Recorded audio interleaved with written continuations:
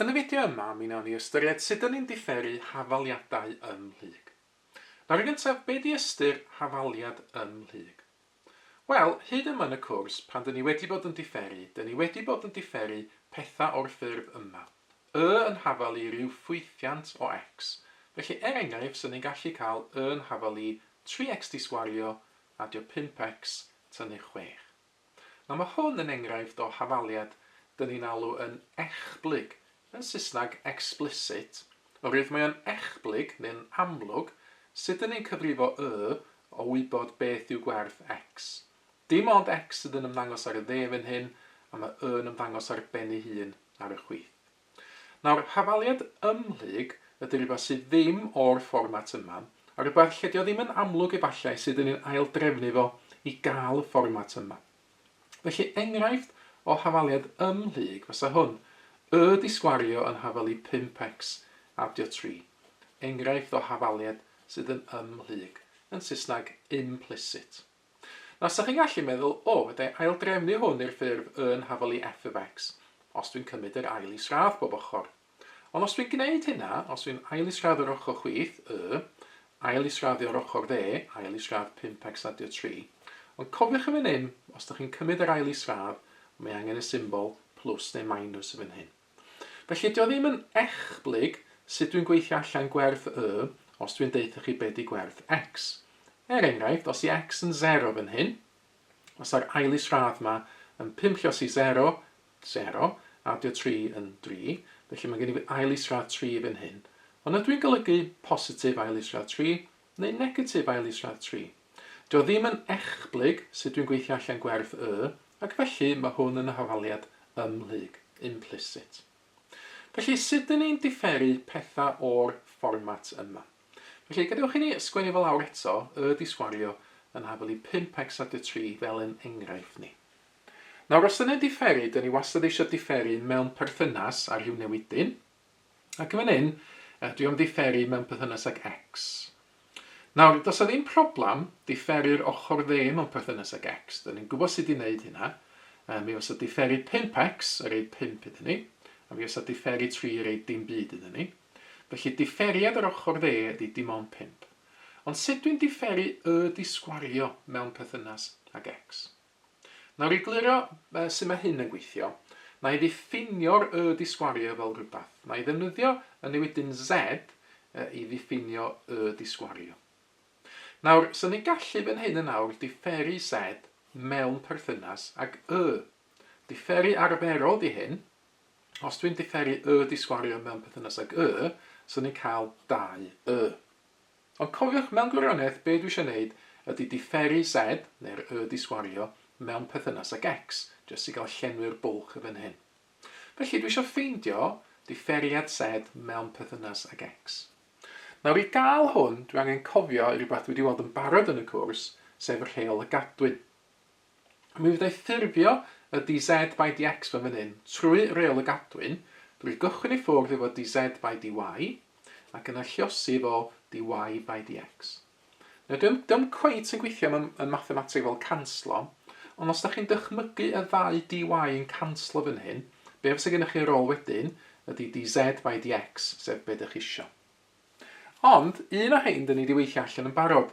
Dyn ni'n gwybod bod dz by dy yn 2 Felly, mae dz by dx yn mynd i fod yn hafalu 2 sef be dwi'n gael drwy differu di sgwario mewn perthynas ag ond dyna dwi'n cael dy by dx fel rhywbeth sy'n cael ei liosi hefo'r 2 A dyma y ffordd mae differu ffwythiant o mewn perthynas ag x yn gweithio. Os di z yn unrhyw ffwythiant o wel, mi fydd rheol y gadwyn yn gweithio union yr un fath. Mi fydd differu z mewn perthynas ag x yn golygu differu z mewn perthynas ag ac yna lliosi hefo dy by dx. Felly, dyn ni'n differu'r ffwythiant yma mewn perthynas ag a dyn ni'n pigo fyny dy by dx yn y broses. Yn fan hyn, felly, os dwi'n differu di sgwario mewn perthynas ag x, dwi'n cael hwn y fan hyn, 2 lliosi dy by dx. A wedyn, os gael symud o draws y fan hyn, i ffeindio dy by dx, be dwi angen gwneud wedyn ydy rhannu bob ochr yr hafaliad efo 2y, felly mae gen i fi 5 rhannu efo 2y ar y ochr dde. Felly mae'r grafiant yn dibynnu ar werth y yn fan hyn.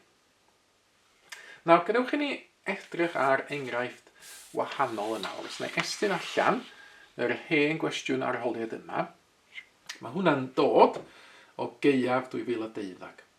Nawr, dyn ni'n cael hafaliad ymhlyg yn fan hyn, x di sgwario, y di sgwario, adio y i pŵr, neu x, i pŵr 4, adio 6, mae hwnna'n hafelu 2 y di cwbio, adio 2x. Y tasg yw ffeindio gwerth dy by dx yn y pwynt 2 fel x a 3 fel y. Nawr, yn fan hyn, mae yna rhai pethau dyn ni'n gallu differu'n sydd mewn pythynas ag x. Os a x i pwr 4 yn differu reid 4x di cwbio, os a'r 6 yn diflannu, a os a'r 2x yn differu reid 2. Does am problem efo'r 3 term yna. Y problem ydy'r pethau sydd yn cynnwys y di sgwario fan hyn, neu y di cwbio yn fan yma. Nawr, os da ni gychwyn ystyried be dyn ni'n gael os ydyn ni'n differu x di sgwario, y di sgwario mewn pythynas ag x. A mae hwn angen rhywbeth arall dyn ni wedi weld gynt yn y cwrs, sef rheol y lluoswm, neu'n Saesneg y product rule. Felly, na ni gychwyn fan hyn drwy ystyried be dwi'n gael os dwi'n differu x di sgwario, y di sgwario. Na, fel dwi'n dweud, dwi angen i fan hyn defnyddio y rheol y lluoswm. Mae hynna'n golygu fod fi angen meddwl amdan hwn fel i lluosi fo fi. Felly i, na i ddefnyddio'r x di sgwario fan hyn, a fi ydy'r y di sgwario. Nawr, os dwi'n differu y ddau beth yma rwan mewn pythynas ag x, mae du by dx, beth dwi'n gael drwy differu x di sgwario, yn 2x. Ac os dwi'n differu fi mewn pythynas ag x, wel fan hyn, nathon ni weld hwn yn do ar y dalen gynt. Os dwi eisiau differu y di sgwario mewn pythynas ag x, be dwi angen gwneud ydy differu y di sgwario mewn pythynas ag y, dwi'n cael 2y yn fan yna, ac yna dwi'n pigo fyny dy by dx yn sownd o ddod.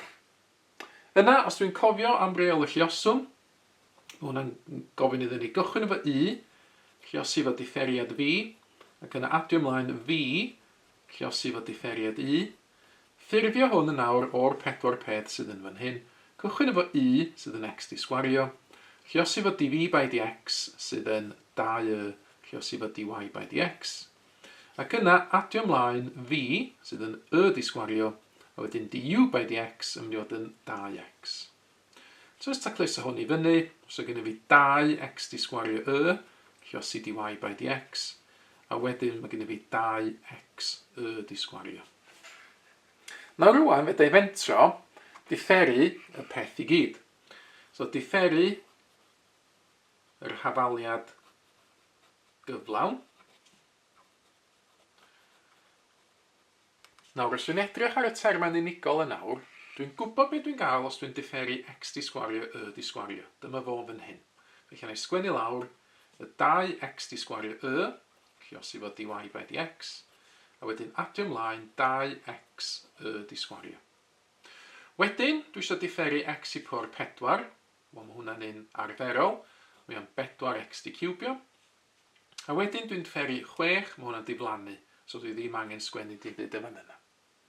Yna, ar ochr dde'r hafaliad, yn gyntaf mae gen fi 2y di cwbio. Wel, mae hwn yn cynnwys y yn fan hyn. Felly eto, cofiwch, be dyn ni'n neud i differu rhywbeth sydd yn cynnwys y mewn pythynas ag x. Dyn ni'n differu fo'n gyntaf mewn pythynas ag y, felly differu 2y di cwbio mewn pythynas ag y, 2 lluosi 3 yn 6, pŵr yn mynd 1 llai. A wedyn, gafon ni di differu mewn pythynas ag y fan hyn, dyn ni angen pigo fyny wedyn dy by dx. Olaf, mae gen i fi 2x fan hyn, mae hwnna'n differu mewn pythynas ag x i fod yn just yn 2.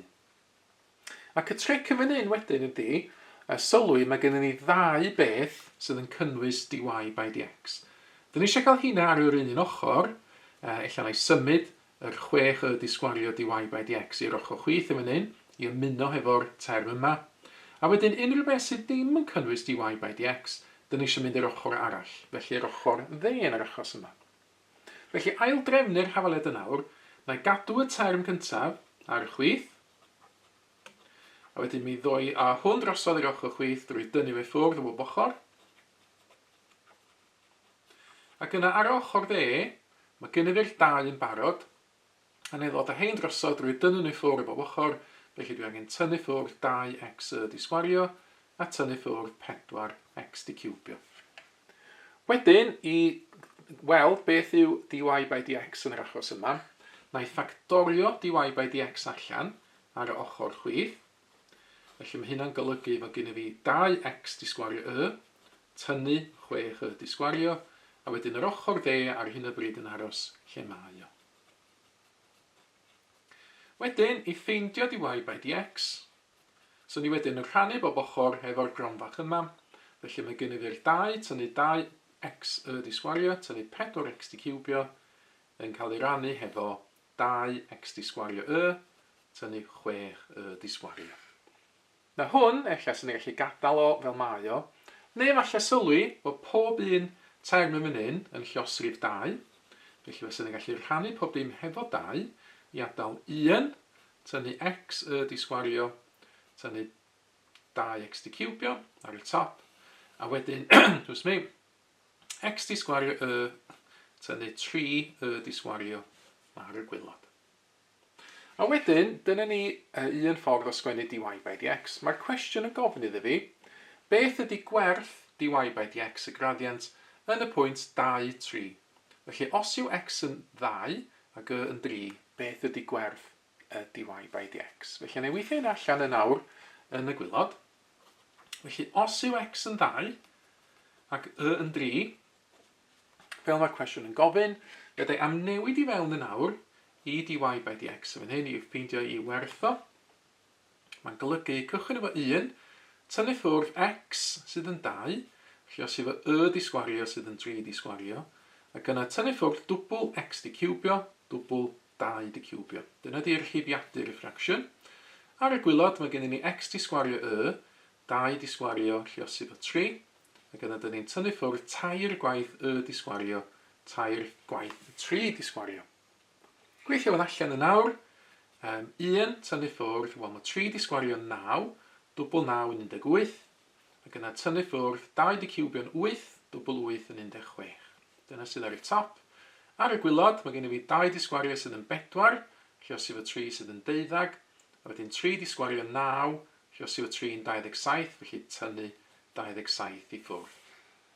Wedyn, mae gen i fi 18 ac 16 i dynnu ffwrdd, dyna fi 34 i dynnu ffwrdd i gyd, mae 1 tynnu 34 yn negatif 33.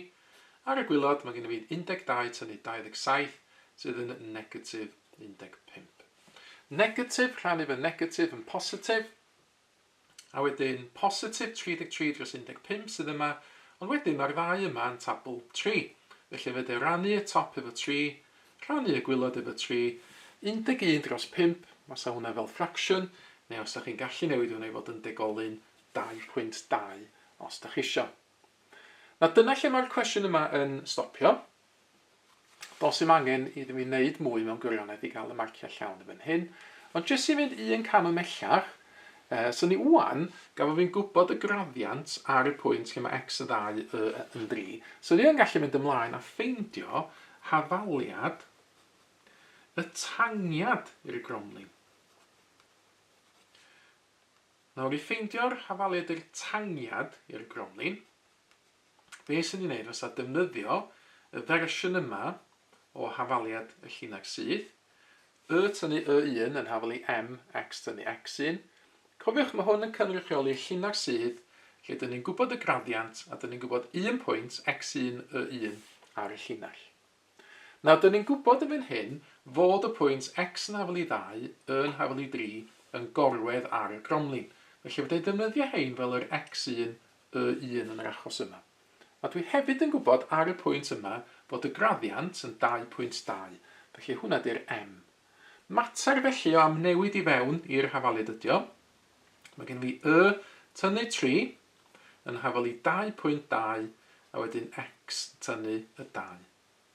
So ni'n gallu lluosi hwn allan wedyn. Tynnu 3 yn hafali 2.2x tynnu 4.4. Ac yna i gael o yn y fformat yn hafali mx adio c, so ni'n gallu adio 3 bob ochr i gael yn hafali 2.2x a wedyn tynnu 1.4. Dyna fysa hafaliad y tangiad. Ac un peth i orffan, os ydyn ni eisiau gweithio allan hafaliad yn normal i gromlin, so ni jyst angen cofio sut i ffeindio graddiant y normal. Mae'n dod o graddiant y tangiad, sydd yn 2.2. So ni'n gallu ffeindio hwnna graddiant y normal. So hwnna yn negatif cilydd y rhif yma. A wedyn os ymwneud yn ôl efallai at y fraction fyny, cos mae'n haws cymryd y cilydd o'r fraction. So negatif a wedyn cymryd y cilydd yn fyny, negatif 5 dros 11.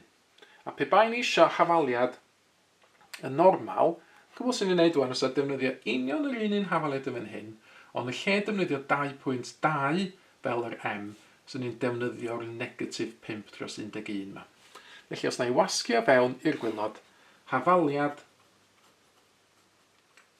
y normal i'r gromlin, so ni'n gallu cychwyn efo y tynnu 3 eto, ond tro yma defnyddio'r negatif 5 dros 11, hwnna di graddiant y normal, ac eto x tynnu 2 yn fan hyn. Mae hwn yn dderbyniol fel hafaliad y normal, neu efallai os ni'n gallu tacluso hwn i fyny, lliosi fo 11, bob ochr, 11 y tynnu 33 yn hafali negatif 5, a wedyn x tynnu 2, a wedyn sy'n ni'n gallu trio tacluso hwnna i fyny.